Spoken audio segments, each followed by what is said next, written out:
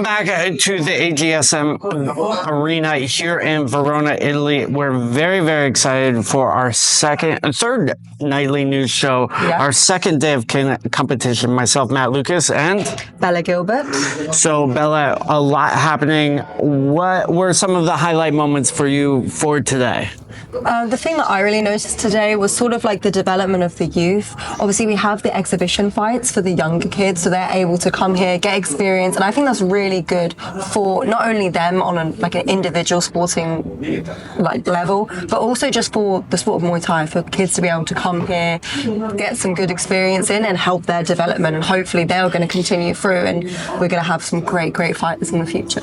And I think you speak from a little bit of personal experience because you've had a handful of junior fights yourself. Mm-hmm. Can you tell me about how that helped you develop to get to this point? I think that when I was younger and I was fighting as a junior fighter, obviously nowhere near at the level as this. I was just doing it, back home in England. I had so much fun, and I think that it really opens your eyes and helps you sort of develop that fight IQ very early on. When you're getting up to those sort of harder fights, you don't sort of have that thing where you're stressed out. Well, obviously you're a little bit stressed out, but you're not as stressed out, and you can focus on executing a game plan rather than just sort of seeing red. And of course, we are proudly sponsored by Awu for our nightly news show, the Australian-based or the Thai-based gear company. Originally, the owner, Bond, was in Australia. He sponsors athletes like Chad Collins and Sexton Orquamu and Max Vicker. But one of the things that he has done and he is making happen is game plans. So he has a game plan of success with the athletes, and our game plan for getting these gloves to stay up is working. And one of the things that I've noticed a lot is some of the game planning for some of the athletes. Something you touched on was the early experience of fighters. So I got to see a handful of fights that were really interesting. Nantawa Kangrang, the Tukan Kiel Vang, that was Thailand versus France. And are you familiar with France at all in terms of the Muay Thai scene? Not overly, but I do know, obviously, they do have a history of sort of strong fighters. If you look at sort of Joshua Skoboski, Demian Alamos, those are two of the greatest Muay Tharangs, foreign fighters. So they have a strong history, but I don't know what it's like in a contemporary basis right now. But we can see at the tournament they have had some strong fighters out. Unfortunately, on that occasion, France wasn't really able to pull through. Yeah, and I think it goes back a little bit about what we were talking about with development as youth, because the Thai athlete Nantawat definitely started very young. You could see it in his timing and his movement and his ability to control the game and change it. That's really what made the difference for me in that fight. He just had complete control of the pace. He was where he wanted to be at all times. He was never felt uncomfortable in that ring, and that's what just allowed him to do what he wanted to do. And that's just the difference when you have that experience. Yeah, but obviously the WBC amateur games here, great stepping stone for athletes of all levels, and we're seeing a variety of athletes of different levels. One of the other fights I liked was Tobias Schmeizler versus Alexander Tekuvic. So Ukraine or Germany versus Ukraine. And I actually got to see Tobias fight at Lumpini not so long ago. For Fairtex Fight Night, right? For Fairtex Fight, and he had a magnificent KO win. I believe it was a jumping knee. 20 seconds, wasn't it? Yeah. I want to say yes, but I can't remember, to be honest. Very quick. Yeah, very quick. And he put on another very, very good performance. Did you get to see this fight? I only got to see glimpses of it, but from what I did see, Tobias was putting on a bit of a masterclass. And I heard from the Ukrainian corner afterwards, they said, well done, he's fought at Lumpini.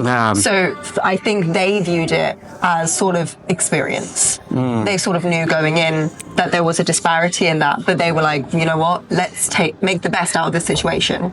Yeah, and in these matchups, people are matched according to weight. So Yeah. sometimes you will fight more experienced people, sometimes less experienced people. You know, sometimes you get the salad, sometimes you get the lobster. Yeah, it's just how lucky you are, I guess. Yeah, a little bit. And I think a good example of that was maybe Amy Nguyen versus Colette Wada, USA versus Scotland. So in that fight, Amy Nguyen, who has done well in the regional scene in America, got a lesson in the Muay Thai clinch. Yes, that's why we say clinch is king. you Yeah. know? So Colette really able to grab onto Amy, break her posture, and drive in some really high scoring knees. Yeah, very high scoring. She was able to dominate that fight just based on the clinch alone. She didn't even need to use the rest of her weapons, really. And then we also had Keelan Weeks versus Espana Archa. Did you get to watch that one? It was right after Amy. Yes, I did. That was a very exciting fight. There was a lot going on in that fight, wasn't there? Yeah, so it looked like the first round, Archad was really controlling it, tagging up Keelan. Then the second round, maybe a little contested. The third round, though, the American came in like a bolt of fire and just really put it on to Archad with a lot of heat.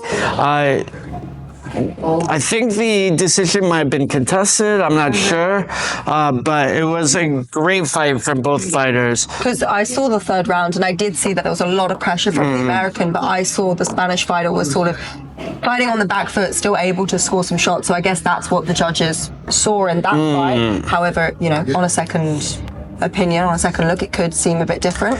Yeah, absolutely. The judging here, of course, scored on the WBC rules. The domination, damage, and disruption are the 3 Ds. But the way the different seats, you know, you're going to be seeing different things, and there's a lot going on. Of course. One of the things that I've noticed, and something you touched on, is just the amount of noise from all the teams. Yeah, it's great from sort of a spectator point of view to see the unity of all the teams, especially in that fight. Team Spain was so loud and they had so many people come out for them, and I think that's really great to see how many people are involved and they're backing that fighter. Yeah, it's great. And actually, there's a very good article by fellow Englishman, Tony Myers, who did a brief study about crowd noise and impact.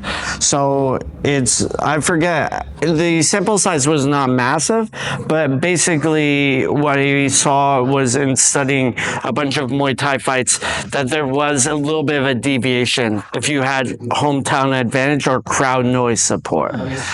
So maybe the Spanish fighter Espana was a little louder than America.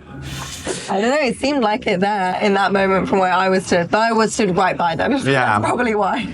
So we also had a lot of exciting things going on. We had the opening ceremonies outside with high-level athletes like Siddhichai and Petchpanomrung and others out there.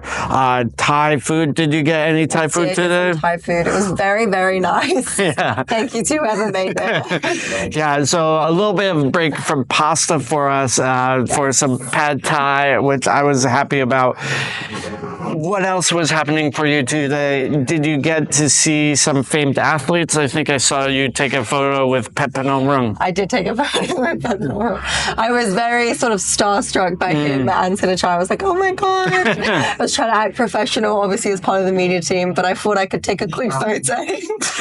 Well, that is one of the good things about being at events like this. You get to meet a lot of people you wouldn't normally meet, you know, from around the world. The Thai athletes, the coaches, other people in the media. So a lot going on. Wrapping things up, what do you think is going to happen tomorrow, and maybe a highlight? God, what's going to happen tomorrow? I don't know. I think it's going to be more. More.